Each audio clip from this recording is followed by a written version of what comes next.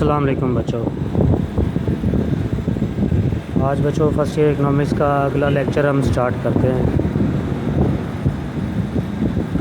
آج 9 جولائی سن 2020 تاریخ ہے اور ہمارا ٹاپک ہے سرمائے کی پیداواری استعداد کو متاثر کرنے والے عوامل، یا سرمائے کی قوت پیداواری کو متاثر کرنے والے عوامل، یا سرمائے کی استعداد کار کو متاثر کرنے والے عوامل۔ ان میں سے کوئی بھی سوال کسی بھی طرح سے پوچھ لیا جائے، چاہے وہ سرمائے کی پیداواری استعداد پوچھا جائے، چاہے سرمائے کی قوت پیداواری پوچھا جائے، چاہے وہ سرمائے کی استعداد کار پوچھا جائے، تو اس کے عوامل یہی ہیں۔ بچوں، اس سوال کو بھی سٹارٹ کرنے سے پہلے سرمائے کی تعریف کریں گے۔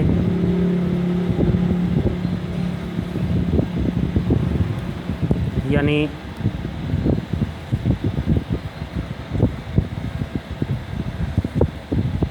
سرمائے سے مراد دولت کا وہ حصہ ہوتا ہے جو مزید دولت پیدا کرنے یا آمدنی بڑھانے کے لیے استعمال میں لایا جائے، مثلاً عمارات، مشینیں، آلات و اوزار، خام مال، سڑکیں، ریلیں، بحری جہاز، ہوائی اڈے، بجلی گھر، ڈیم وغیرہ۔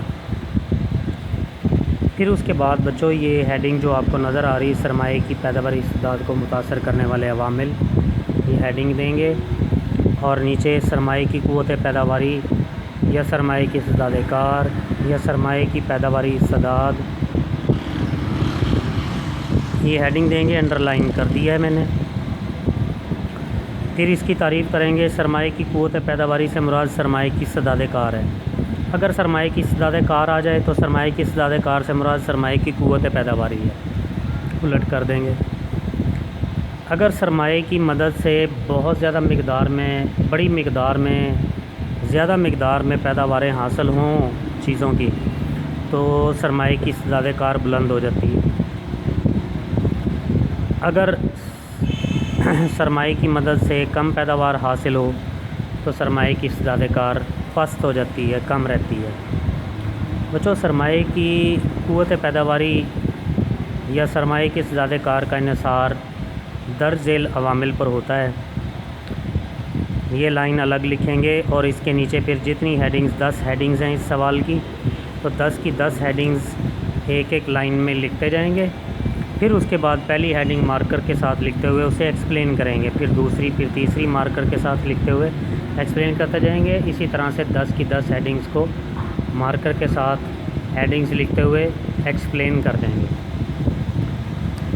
بچوں، آج ہم سرمائے کی استعداد کار کو متاثر کرنے والا پہلا عامل جو ہے اس کو ڈسکس کرتے ہیں۔ نمبر 1، دیگر عاملین پیدائش سے سرمائے کا کیا اشتراک ہے؟ بچوں، سرمائے کی پیداواری استعداد کا انحصار اس بات پر بھی ہوتا ہے کہ سرمائے کا اشتراک، کمبینیشن دیگر عاملین، زمین، محنت اور آجر یا تنظیم کے ساتھ کس مقدار اور کس تناسب سے ہے۔ اگر یہ اشتراک بہترین ہو تو پھر سرمائے کی پیداواری قوت زیادہ ہوگی۔ اگر باقی عوامل کم یا زیادہ ہوں سرمائے کی نسبت دیگر عوامل، یعنی محنت، زمین اور تنظیم، بہت زیادہ مقدار میں لگائے جائیں یا کم مقدار میں لگائے جائیں، تو زمین کی سرمائے کی استعداد کار پست ہو جاتی ہے۔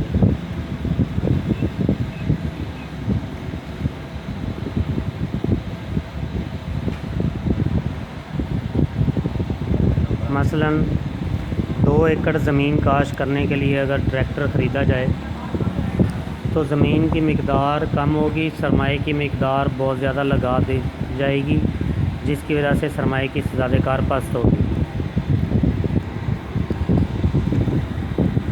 اسی طرح سے ہم دوسری اگزامپل دے سکتے ہیں کہ اگر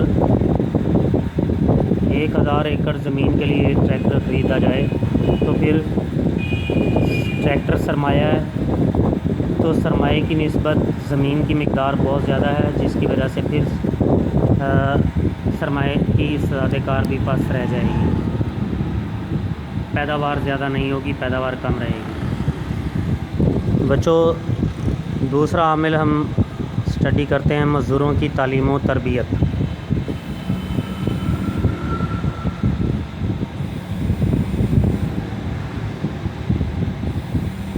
بچوں، سرمایہ کی قوت پیداواری کا انحصار مزدوروں کی ذہانت، تجربہ، تعلیم، قابلیت پر بھی ہوتا ہے۔ اگر مزدور ذہین، قابل، تعلیم یافتہ، تجربہ کار ہوں گے تو وہ مشینوں کو بہتر طریقے سے استعمال کر پائیں گے، تو مشینوں کی زیادہ کار بلند ہوگی۔ لیکن اگر کسی غیر تربیت یافتہ لاپرواہ مزدور کے ہاتھ میں مشین دے دی جائے گی تو پھر وہ بہتر طور پر مشین کو نہیں چلا پائے گا، مشین یعنی سرمایہ کی زیادہ کار یا پیداواری استعداد کم ہوگی۔ بچوں، تیسرے نمبر پر ہم اسٹڈی کرتے ہیں خام مال کی نوعیت اور استعمال۔ بچوں، اگر خام مال بہتر ہوگا، جس سے اشیاء تیار کی جاتی ہیں تو اعلیٰ کوالٹی کی اشیاء تیار ہوں گی، لیکن اگر خام مال گھٹیا ہوگا تو اس کو صاف کرنے میں کافی وقت ضائع ہوتا ہے، مشینوں کی زیادہ کار پست ہو جاتی ہے۔ اس کی مثال یوں دے سکتے ہیں، اگر کپڑا تیار کرنے کے لیے گھٹیا قسم کا دھاگا استعمال کیا جائے تو کپڑا بننے کی مشین جو ہوگی، سرمایہ جو ہوگا، اس کی زیادہ کار کم ہوگی۔ اس کے علاوہ خام مال کی پیداواری صلاحیت کا انحصار اس کے استعمال پر بھی ہوتا ہے۔ اگر خام مال کو بہتر طریقے سے استعمال کیا جائے تو اس سے بچے کھچے مواد سے ضمنی اشیاء پیداواریں حاصل کر لی جاتی ہیں، سرمایہ کی زیادہ کار بلند ہوتی ہے۔ مثال کے طور پر کپڑا تیار کرنے کے بعد جو گھٹیا قسم کا دھاگا بچ جاتا ہے، اس سے دریاں تیار کر لی جائیں تو خام مال ضائع نہیں ہوگا، سرمایہ کی زیادہ کار بلند ہو جائے گی۔ بچوں، چوتھی ہیڈنگ کو ہم ڈسکس کرتے ہیں مشینری اور آلات پیدائش۔ کسی بھی مشین کی استعداد کار کا انحصار، پیداواری قوت کا انحصار اس بات پر ہوتا ہے کہ وہ کس حد تک پرانی ہے یا جدید ترین ماڈل کی ہے۔ اگر مشینیں اور آلات و اوزار جدید اور ترقی یافتہ ہوں گے، جدید ترین ماڈل کے ہوں گے تو پیداوار زیادہ ہوگی، سرمایہ کی استعداد کار بڑھ جائے گی۔ اس کے برعکس اگر آلات تو اوزار اور مشینیں قدیم طرز کے ہوں گے، پرانے طرز کے ہوں گے، تو پھر ان کی پیداواری قوت کم ہوگی، پیداواری استعداد کم رہ جائے گی۔ بچوں، پانچویں ہیڈنگ ڈسکس کرتے ہیں سرمایہ کی موزونیت، پراپر یوز آف کیپٹل۔ بچوں، اگر سرمایہ جس کام کے لیے استعمال کیا جاتا ہے اس کے لیے موزوں ہوگا تو پھر پیداوار زیادہ ہوگی، سرمایہ کی زیادہ کار بھی بلند ہو جائے گی، سرمایہ کی قوت پیداواری بھی زیادہ ہوگی۔ لیکن اگر سرمایہ جس کام کے لیے استعمال کیا جا رہا ہوگا اس کے لیے موزوں نہیں ہوگا تو پھر سرمایہ کی زیادہ کار پست ہوگی اور قوت پیداواری بھی کم رہ جائے گی۔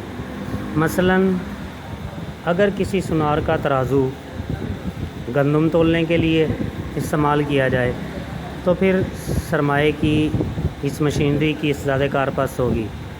اسی طرح سے موٹر گاڑیوں کی ورکشاپ کے آلات اگر گھڑیاں ٹھیک کرنے کے لیے استعمال کیے جائیں تو پھر اس کا استعمال غیر موزوں ہوگا، غیر مناسب ہوگا اور سرمایہ کی زیادہ کار پست رہ جائے گی۔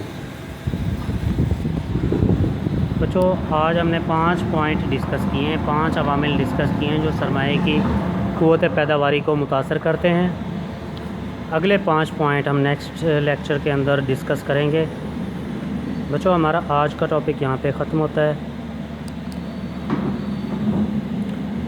نیکسٹ ٹاپک کے اندر ہم دیگر عوامل کو بھی اسٹڈی کر لیں گے۔